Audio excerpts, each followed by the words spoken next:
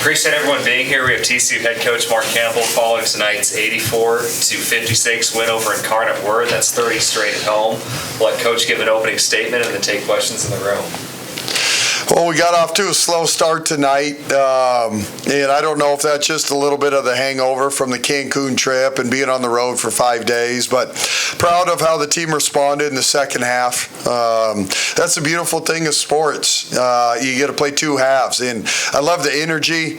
We had one offensive rebound in the first half, ended up with 11 in the second, and that was part of our issue. We just weren't playing hard enough, and the team did a tremendous job in the second half. I thought Donovyn was just nails. She's been nails tonight. She's been nails all season. So really proud of her. And then I thought Maddie, she's leading the Big 12 in assist turnover ratio right now. And then she had 8 assists, 1 turnover tonight. And so she has such a good feel for the game. So I'm happy she got into a good rhythm there in the second half. But we just got to keep getting better. Got to get better defensively. But I'm proud. 30 in a row at the Schollmaier is incredible. Hard to do. If you told me that, 2.5 years ago, I don't know if I'd believe it. So excited to get this done.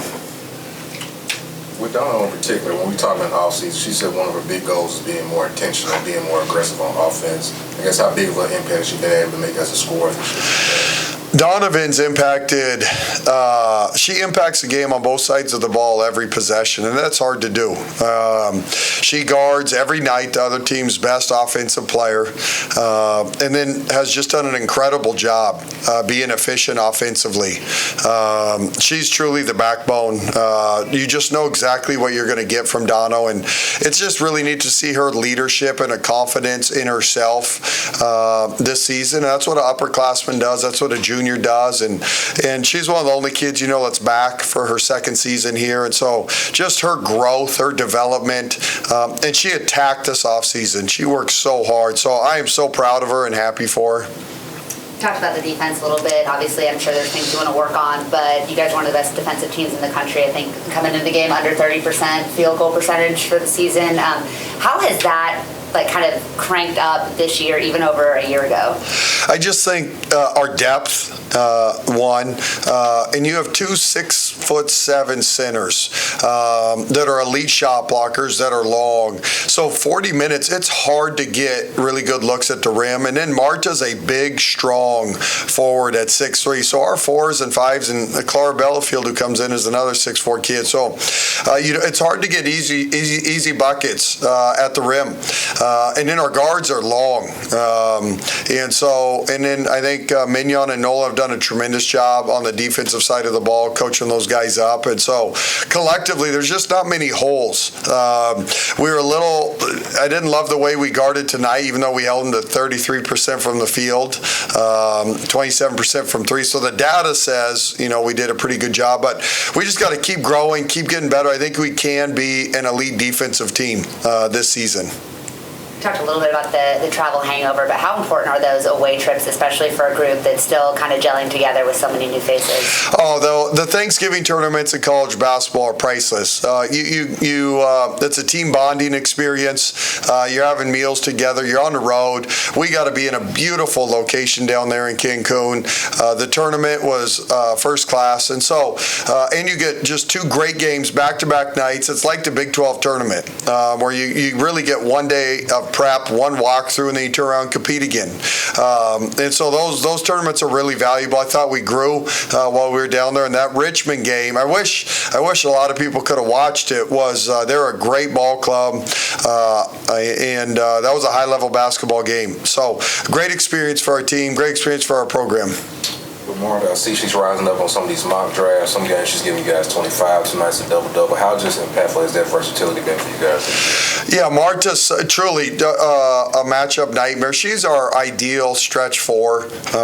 She's a guard in a forward's body. Her ability to shoot it and post up and pass, she can bring it in transition, and then she can guard the other team's 4 or 5. And so, we played a little bit of small ball there in the first half too. When we were struggling to get things going. So Marta allows you to play a lot of different ways, but she's on those drafts because, mean, the kid is a pro talent. She is. There's just not many 6'3", strong, physical basketball players with elite guard skills. And then, the game of basketball right now, shooting is the most important skill set you can have. And what she's shooting from the three-point line is incredible. So that really spaces the floor for what we do.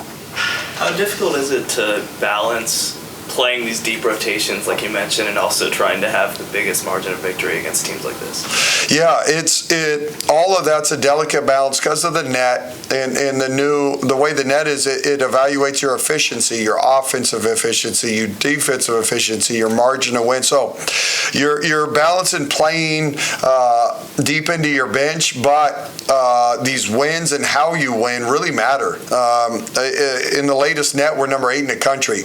And that's a very important tool that the NCAA tournament uses. And so I'm very aware of that. It's why I want our kids to maximize every minute that they get to be on the court, regardless of the scoreboard, to play the game right and to really compete. And so we want to make sure we earn an opportunity to host in March like we did, last season, and get two NCAA tournament games in the Shoal. And then, there's a spot in Fort Worth in the Sweet 16. And so we got to make sure we handle our business and earn our way into that. How important is it for you guys? I mean, you fought and battled the underdog role for the last couple of years. This year it's barely December and you're number 8 in the country. What does that say about the program, and how important is it for you to be the hunted so early? I still view ourselves as an underdog. We do. For us to be good, we have to have a chip on our shoulder. And we're such a work in progress with 10 new players that our group needs to have a chip on their shoulder. And so I still view us as someone that's trying to prove something. And we're just in the infancy of what we're building here. It's great that we're ranked number 8 in the country, but I don't worry about that stuff. The hungry dog hunts best, and that's a saying our team used a year ago, and I truly believe that.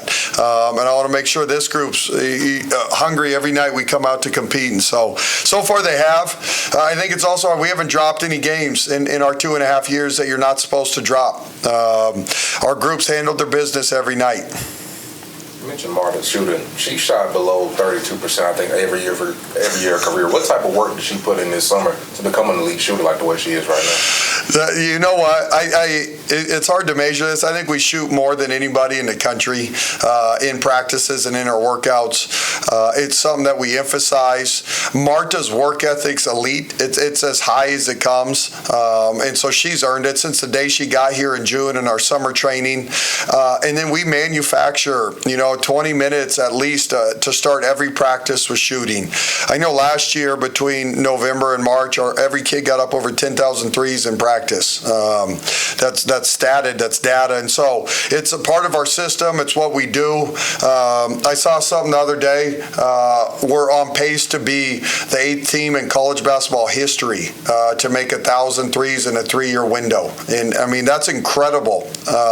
Just to be on pace to reach that. And so we want to spread you out. We want shooters all over the court. We want to open the key up, and we let that thing fly. And so it's been neat to see Marta really blossom. But it's been, a majority of it's because of her work ethic, and then I think our system complements it. Talk about all the three-point shooting, the proficiency. I think you guys went almost 6 minutes tonight before you even attempted one. The versatility, not having to rely on that shot, but knowing it's a weapon that you've got in the quiver. I mean, how does that kind of change what this offense can do? Yeah, the first 2 years, we had to really, really rely on it. Now we have the ability to post up with our 5s and Marta, and then we got guards. Liv's doing a tremendous job getting to the rim, living in the paint, so you don't have to live and die by the 3. Where the first 2 years, I think we really, really had to shoot it well to have a chance to reach our goals our first 2 years. Now there's a healthy balance. So I think that's going to help us long term over the course of the season. talk about those first 2 years. A big piece of building this program was here tonight as Haley came to watch. What can you say just about her journey, just coming here and getting to the pros, dealing with the injuries, and seeing her tonight? What did that mean to you in the program? Oh, so special for Haley to come back. Ultimately, you want to build a program where your players want to come back and be around it and be around the team. And so she has had a busy offseason actually, and she's on her way to Unrivaled in Florida, and so she found a way to come catch a game, and that was something that was really important to her. And so she got to be around the team and the coaching staff, and I think it says a lot. This is her home, and what she helped build here. Haley took a huge leap of faith on our program. That was coming off, the season where he forfeited games, held open tryouts. Haley's got her pro career and pro dreams at stake, and she came here and bet on herself and bet on us. And so it's so fun having her here. I know Sedona got a sneak back. She had a 1 week break during her European season, and she was able to come back and hang out and spend time with us. So it's awesome when those kids get to come back and be around. Troy men's basketball has played some crazy games this year. How cool is it seeing your family have success like that, and how often do you talk with Scott about coaching stuff? That's impressive, yes. I follow Troy men's basketball really closely. I got my 2 nephews there, and my older brother is an assistant coach there, and so it's really fun and special to follow their journey. And so outside of TCU, that's the other men's program. My top 3 is going, the deal. You're going TCU and then Troy men and St. Mary's men, following all those guys. But it's been incredible. Those are my 2 nephews. You got to watch them grow up. I actually got to watch the game when they played at USC, and Cooper, I think he had 32 points, 12 rebounds, 8 assists. To watch him do that as a sophomore out there on the Galen Center was incredible. But, they call them the 2 Red Mambas out there. So I'm just proud of Kobe, proud of Cooper, and obviously my brother. In my family, I'm the second best coach. I've learned a lot from my big brother and just getting to be around him, and he's been coaching his whole life, and so a lot of my success I owe to him. Coach, you mentioned that you try to get the ladies to play the game the right way. I've seen a lot of the ladies starting to play a little bit of the brand of Olivia Miles' game. Is that something you're coaching, or is that just the synergy within the team and poetry and motion coming together? No, my job, you guys, take each year with this portal thing is put together a roster that fits what we do, and then you give them the freedom to be themselves and to go hoop within the structure of what we're trying to do. And I think we give the players a lot of freedom. And so, outside of Dono, the 4 starters are all new, and for them to be doing what they're doing it's abnormal in the portal era. We had 24 assists tonight, and so Liv, she has such a fun spirit the way she plays the game. It's contagious the way she shares the ball. But each one of these kids, you got to let Marta be Marta. You got to let Liv be her, and Dono is just blossoming, and Maddie Shear and her game and what she does, and then Silva's finding her way, and we got to keep encouraging her and allowing her to breathe and make mistakes and keep going. And so I think our staff does a really good job. I think it's what we're really talented at in the portal era, is allowing them to be themselves and go hoop. Any last questions for Coach? Who had the scout?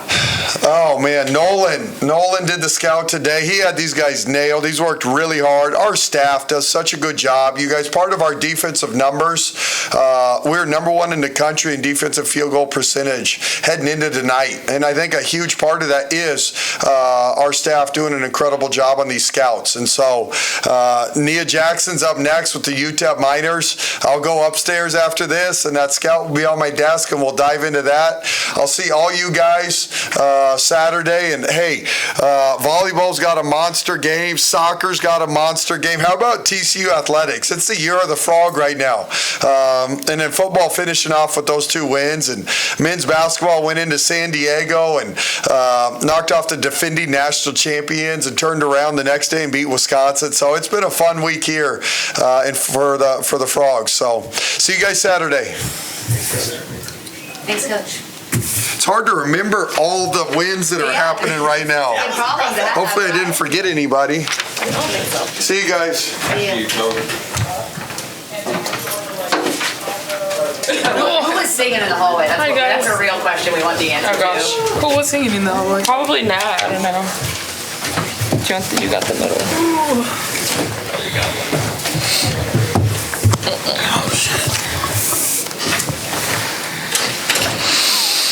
Okay, left to right, Donovyn Hunter, career high 21 points tonight. Olivia Miles set the NCAA record for consecutive 15 and 5 games to open a season, and Marta, third double-double in 5 games. So you got these three here. We'll take any questions in the room. Donovan, when we talked in the offseason, you said one of your big goals is being more intentional on offense. Career high, I think you're obviously having a great season. I guess how rewarding has it been to see that hard work paying off?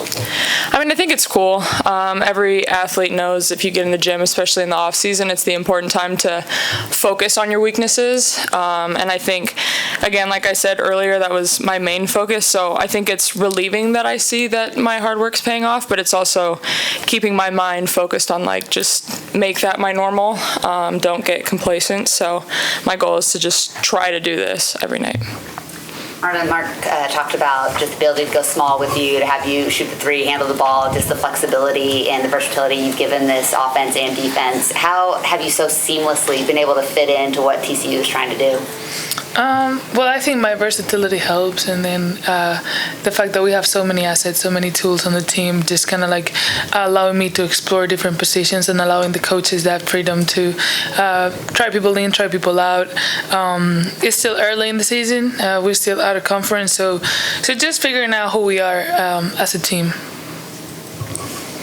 I know you didn't hit any tonight, but you really made a lot of strides as a shooter. I guess, what was that offseason like? How big of an emphasis was that for you this offseason? Just getting shots up, man.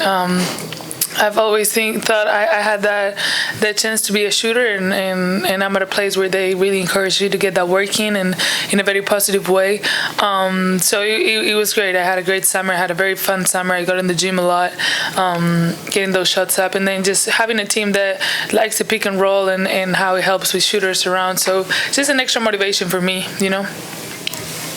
Marta, going from Tennessee to the Bay to Fort Worth, how do you think that has benefited you playing with so many different teams and conferences to have this much success? That's a great question. Yeah, this is my fourth Power Four conference, so yeah, I had some experience there. But yeah, getting a chance to be at a program like Tennessee with so much success historically, with high expectations, with great players, sending players to the draft, got a taste at that, and then Cal kind of getting a taste of how it is to build a team, to have a goal that it was for us going to the tournament. It was a completely different type of setting, completely different type of personalities to now coming here and then joining a bunch of other older transfers too, who's been in those situations. I think gave me that experience the same way that it did Olivia, Dono, Maddie Shear, Kennedy Basham, all of us. I think that's one of our advantages. I think that's one of our strengths, just having that experience and understanding what matters. So I think that's what's translating and letting me have the season that we're having and that we hope to have. Olivia, when people talk about your game, it's so often focusing on what you can do offensively. It's obviously pretty high level, but you're part of one of the best defensive teams in the country. How have you kind of challenged yourself on that end of the floor, and how have you been challenged at TCU to be a part of that unit? Yeah, I think it's just commitment and, wanting to run through a wall for the people around you. I think, I tell these girls to hold me accountable all the time on the defensive end, and MC does the same. You don't want to be the odd man out of everyone else playing defense and stepping up to the plate, and you're kind of just lacking. So I just try to bring it, give effort every time, and use my offensive IQ on the defensive end, reading situations, what teams might like to do, and then, ultimately it starts with preparation and knowing what the other team is going to run, before they run it. So, we just, get together and we prepare together and we challenge each other on the defensive end. Olivia, that said, the streak of 15 points and 5 assists, what does that consistency mean to you to continue to be able to do that? Yeah, it's everything to me. I think that's the biggest thing that I wanted to grow in the off season, where I wanted to grow from my last years at Notre Dame and my career in general. I just wanted to be more consistent. So, seeing 9 games of consistent, 15 and 5, my goal is 10, 10, and 10 every night, but I have big giants stealing the rebounds from me at this point. So I'll just go for 15 and 5. So that consistent means everything to me. Like Dono said, it's just kind of a testament of what you work on and your intentions set before you head into the season.